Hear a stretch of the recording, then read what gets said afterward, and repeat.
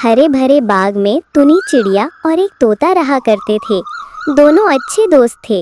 तोता हर वक्त खुश मिजाज रहता और मीठी मीठी बातें करता, जबकि टुनी चिड़िया बहुत मेहनती और समझदार थी। एक दिन बाग में बारिश के बादल छा गए।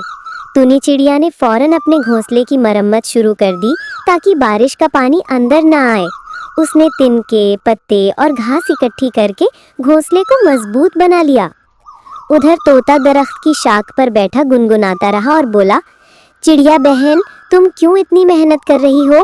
बारिश का क्या है, आती है और चली जाती है। टुनी चिड़िया ने मुस्कुराकर जवाब दिया, दोस्त, होशियारी यही है कि मुश्किल आने से पहले तैयारी कर ली जाए। कुछ ही देर में जोरदार बारिश शुरू हो गई।